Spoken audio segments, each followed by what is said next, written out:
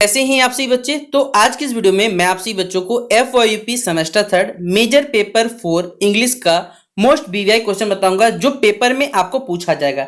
यहां से 100% सवाल आपका क्लियर हो जाएगा और 75 नंबर का पेपर होता है। तो आप सभी बच्चे 75 में 70 नंबर ला पाइए। बोलिए भैया 5 नंबर आपने क्यों छोड़ दिया? क्योंकि 5 नंबर देखिए MCQ आता है और MCQ पढ़ने के लिए बेसिकली आप सभी बच्चों को पूरा चैप्टर या जो आपके जो सिलेबस में टॉपिक्स दिए गए वो कवर करना होगा। इसीलिए आप सभी बच्चों को इस वीडियो के माध्यम से 70 नंबर क्लियर होगा। तो 70 नंबर बेसिकली अगर आपको पाना है तो इस वीडियो का आप अपने सभी दोस्तों से शेयर करें ताकि आपके दोस्त भी 75 में 70 लेके आ पाए। तो जितना हो सके इस वीडियो को शेयर करें। चलिए जानते हैं सबसे पहले आपका सिलेबस क्या है। तो सबसे पहले आपका जो सिलेबस में यूनिट 1 है उसमें बैकग्राउंड रीडिंग्स के बारे में, जिसमें रेनेसेंस ह्यूमनिज्म के बारे में, रिलीजियस एंड पॉलिटिकल थॉट्स के बारे में, द राइटर इन सोसाइटी के बारे में पढ़ना है। फिर जो ज्योग्राफी सॉसर थे उनके the wife of bath prologue के बारे में पढ़ना है। फिर जो यूनिट 3 या फिर आप कह सकते हैं पॉइंट नंबर 3 दिया हुआ है उसमें Edmund Spenser selection from Amravati, फिर सोनेट के बारे में पढ़ना है। ठीक है। फिर हमारे पास जॉन डॉन का the sun rising, batter my heart.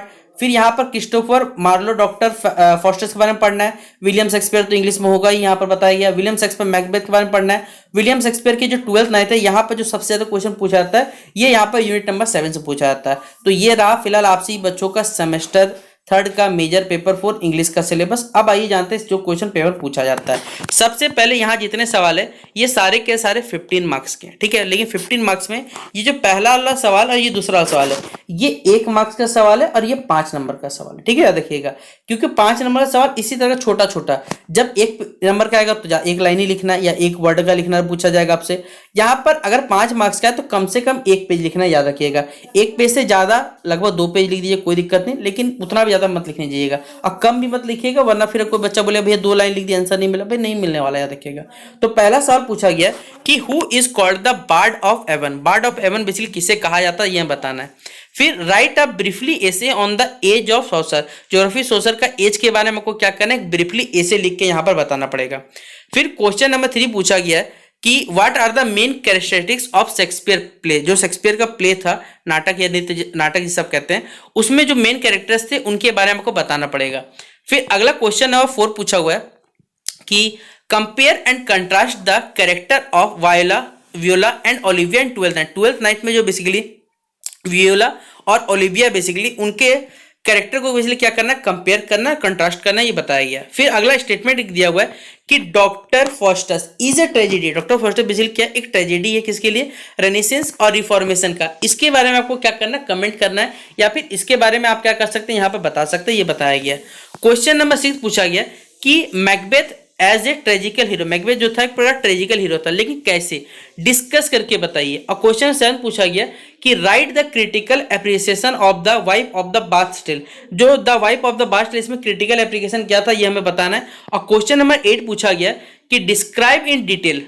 आपको क्या करना है, इस चीज के बारे में डिटेल में बताना है। द एज ऑफ सोशल के बारे में, जिसमें उनका बैकग्राउंड, इवेंट या फिर जो भी सोशल पॉलिटिकल कंडीशन थे और जो भी लिटरेरी वर्क चल रहे थे इनके बारे में आपको क्या करना है, इसका जिक्र करना पड़ेगा, ये बताया गया।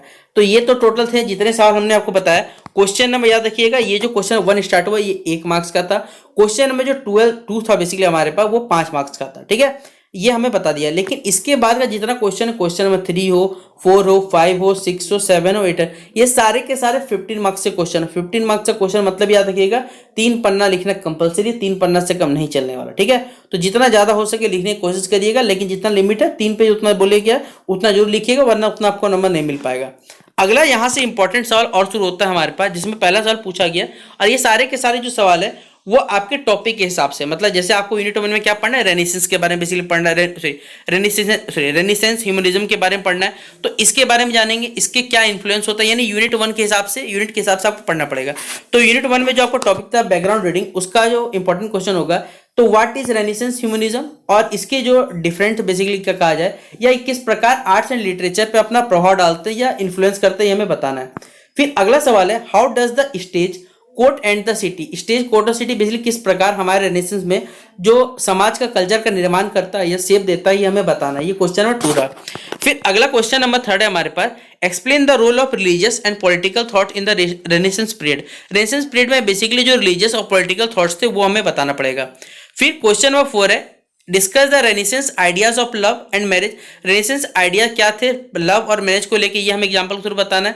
और analyse the role of the writer, जो रेनेसेंस सोसाइटी में जो राइटर थे उनका क्या रोल था, ये भी आपको बताना पड़ेगा।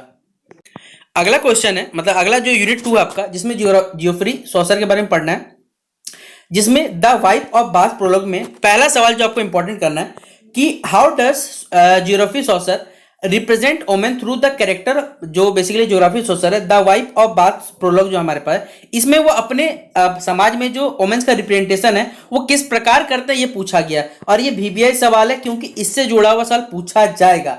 15 मार्क्स का सवाल है, VBI रखिएगा।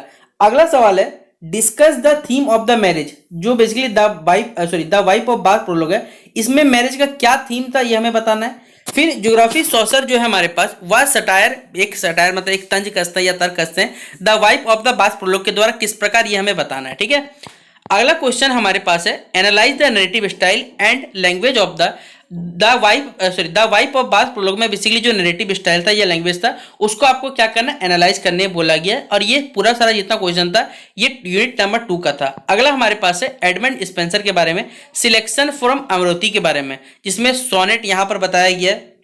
सोनेट में what is the significance of metaphor like as huntsman, या फिर अगला पूछा गया हमसे कि analyse the theme of love in sweet warrior, या फिर discuss the central idea of immortality in one day I wrote her name, इसके बारे में बताना है। या फिर इसी के अलावा देखिए बहुत सारे क्वेश्चन दिए गए जिसमें बोला गया कि how do Spencer sonnets reflect, Spencer के जो सोनेट्स थे बेसिकली किस प्रकार रिफ्लेक्ट करते थे रेनेसेंस आइडियल्स को, ये हमें बताना है। ठीक है, ये यूनिट नंबर 3 का क्वेश्चन रहा। अगला यूनिट नंबर 4 है हमारे पास, जिसमें जॉन डन के बारे में पढ़ना है। पहला सवाल बोला गया कि analyse the metaphysical elements, metaphysical जो भी एलिमेंट्स है जॉन डन्स की द सन राइजिंग, उसके बारे में हमको चर्चा करना है। फिर अगला क्वेश्चन है यहाँ पर पूछा हुआ है कि what is the central theme of battle my heart, battle my heart में जो सेंट्रल थीम रखा गया उसका क्या उद्देश्य है, ये आपको बताना पड़ेगा। फिर अगला क्वेश्चन है discuss the tone and imagery in valediction और फॉरबिडिंग यहाँ पर मॉर्निंग के बारे में बताना है कि टोन और इमेजरी क्या था बेसिकली वेलिडिकेशन में, फॉरबिडिंग मॉर्निंग में। फिर अगला क्वेश्चन है हाउ डज, जो बेसिकली जॉन डॉन है, ठीक है, माफ करिए जॉन डॉन बोल रहा हूँ, ठीक है, जॉन डॉन के बारे में बताया गया। How does Donne blend passion and intellect in his property, ये हमें बताना है। और इसके बाद जो यूनिट 5 है हमारे पास, पूछा गया क्रिस्टोफर मार्लो के द्वारा डॉक्टर फॉस्टर्स के बारे में। तो पहला ही सवाल VBI कर लीजिए कि discuss the theme of ambition and it's consequences in doctor fosters. Doctor fosters में जो एम्बिशन था थ्योरी का, वो आपको बताना है और इसके क्या कॉन्सिक्वेंसेस थे ये बताना है। और हाउ डज डॉक्टर फॉस्टर्स, ये किस प्रकार रिफ्लेक्ट करते हैं जो रेनेसेंस और मेडिवल वैल्यूज को। फिर एनालाइज करना है आपको रोल को मेफिस्टोफेलिस इन डॉक्टर फॉस्टर्स में, या फिर सिग्निफिकेंस क्या है ट्रेजिक एंडिंग जो डॉक्टर फॉस्टर्स का था, ये आपको बताना पड़ेगा। ठीक है, फिर अगला यूनिट नंबर 6 है जिसमें विलियम शेक्सपियर के मैकबेथ के बारे में पढ़ना है। Discuss the theme of ambition in Macbeth, फिर analyse the role of the witches in shaping Macbeth play, and how does Shakespeare जो बेसिकली एक्सप्लोर करता है guilt and madness through lady Macbeth, ये बताना है। और क्वेश्चन नंबर अगला है हमारे पास कि discuss the use of imaginary and जो सिंबलिज्म था मैकबेथ में, ये हमें बताना पड़ेगा। ठीक है, अगला जो पॉइंट नंबर 7, ये यूनिट नंबर 7 इसमें विलियम शेक्सपियर 12th नाइट के बारे में पढ़ना है। तो पहला सवाल VBI कर लीजिए कि what are the themes of love entity, love और एंटिटी का बेसिकली क्या यहाँ पर थीम है, हमें बताना है 12th नाइट में। फिर analyse the role of disguise and mistaken identity जो था बेसिकली 12th नाइट में, यह बताना है। फिर discuss the comic element 12th night में क्या था, ये बताना है। और हाउ डज शेक्सपियर बेसिकली किस प्रकार पोर्ट्रे करता है जो भी सोशल नॉर्म्स और हेरेची है बेसिकली 12th नाइट में, ये हमें बताना पड़ेगा। तो ये क्वेश्चन आपसे बच्चों पढ़ना है। तो ये सारे के सारे जो क्वेश्चन है वो महा VBI क्वेश्चन है, जिसको आपको पढ़ लेना अच्छे से, ताकि आपसे बच्चों पेपर अच्छे से जा पाए। तो शेयर करें इस वीडियो को, इसमें हमने आपको मेजर पेपर 4 का जितना इंपॉर्टेंट क्वेश्चन बन सकता है वो हमने शेयर कर दिया। बाकी मिलते हैं इस वीडियो पे, तब तक के लिए जय हिंद जय भारत।